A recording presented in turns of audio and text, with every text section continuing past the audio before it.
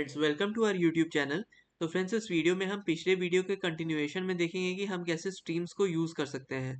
तो अगर हमें फ्रेंड्स एक गिवन क्वेश्चन है कि duplicate elements we need to find in the given integer list in Java using stream functions. तो सबसे पहले हम क्या करेंगे फ्रेंड्स, एक हैश सेट का ऑब्जेक्ट बनाएंगे।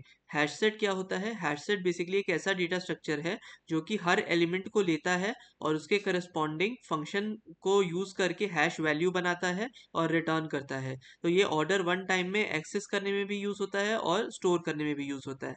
तो हमने एक सेट बनाया इंटीजर का और उसको हैश सेट से हमने डिनोट कर दिया। तो set integer H S equals to new hash set. उसके बाद हम क्या करेंगे, जो गिवन लिस्ट है हमारे पास उसका नेम सपोज करिए कि LIST लिस्ट है।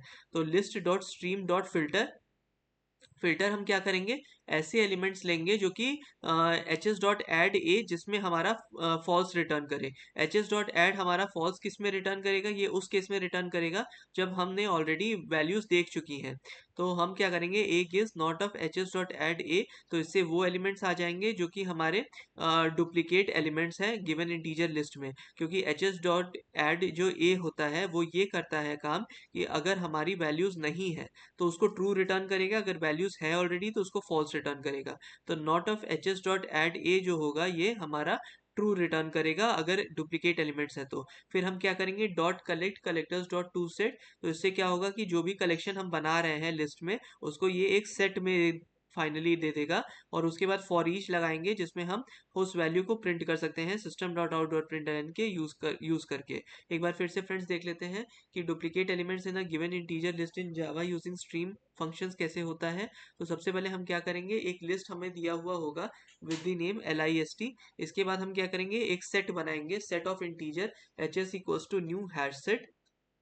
इसके बाद है list dot stream dot filter a gives not of H S dot add a. अब इस फंक्शन से क्या होगा, a gives not of H S dot add a. तो जो भी हमारे हैश सेट में एलिमेंट्स प्रेजेंट होंगे उसके लिए ये वैल्यू ट्रू देगी। तो जो भी हमारे डुप्लीकेट एलिमेंट्स हैं उसके लिए ये वैल्यू ट्रू आएगी। तो हम सारे डुप्लीकेट एलिमेंट्स को एक सेट में कलेक्ट कर देंगे और उसके बाद फॉर ईच यूज करके उसमें system dot out dot println लगा के उसकी वैल्यू ले लेंगे। प्रेडिकेट्स के बारे में, तो predicates is a predefined functional interface having only one abstract method। तो ये फंक्शनल इंटरफेस होता है जिसमें केवल एक एब्स्ट्रैक्ट मेथड लगता है। तो जो एब्स्ट्रैक्ट मेथड प्रेडिकेट में यूज होता है उसको हम नाम देते हैं टेस्ट। तो test is the by default function that is used with having only one abstract method. So test T comma T, इसका ये मतलब है कि कैपिटल टी टाइप का हम वेरिएबल ले रहे हैं और स्मॉल टी टाइप का ऑब्जेक्ट का नेम है।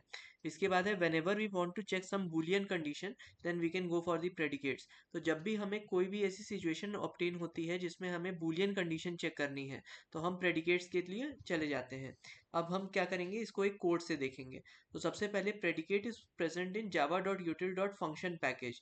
तो हम इंपोर्ट कर लेंगे Java dot यूटिल dot function dot predicate. उसके बाद हमने एक क्लास बनाया पब्लिक क्लास ईशान, इसमें एक फंक्शन बनाया public static void main string args. फिर उसके बाद प्रेडिकेट बनाया जो कि स्ट्रिंग टाइप की वैल्यू लेगा एज एन इनपुट। तो लेन हमने उसको नाम दिया equals to s gives S dot length less than equal to 4।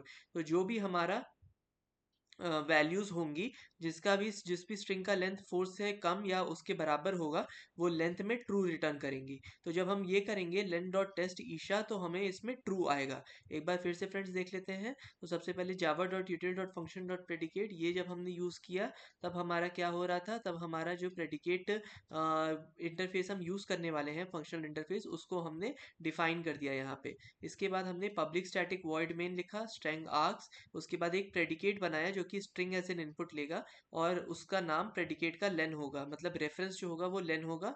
और फिर हम देखेंगे S gives S dot length less than equal to 4। तो जो भी स्ट्रिंग जिसकी length less than equal to 4 होगी वो प्रिंट कर जाएगा। तो system dot out dot println dot test Isha.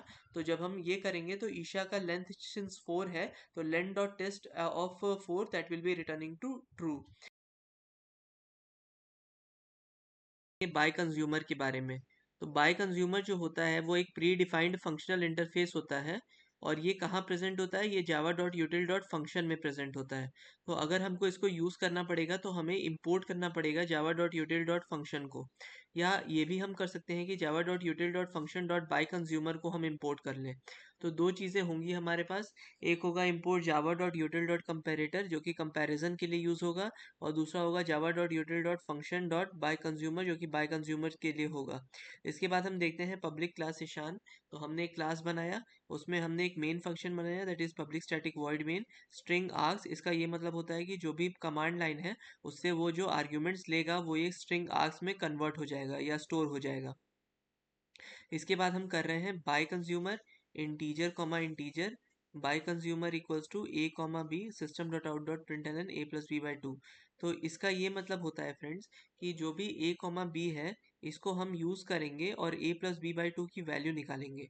जब इसकी वैल्यू निकल जाएगी तो उसके बाद हम इसको प्रिंट कर देंगे, और instead of directly printing it और printing it within a function, हम ये जो वैल्यू है उसको बाय कंज्यूमर को एलोकेट कर देंगे। तो बाय कंज्यूमर एक ऐसा फंक्शनल इंटरफेस है जो कि दो वैल्यूज लेगा इस केस में, जो कि इंटीजर होंगी, और उसमें दोनों को लेके प्रिंट कर देगा वैल्यू। तो जब हम एक्सेप्ट फंक्शन यूज करेंगे तो ये बाय कंज्यूमर जो है ये दो वैल्यूज को एक्सेप्ट करेगा और system dot out dot print l n a plus b by two को प्रिंट कर देगा।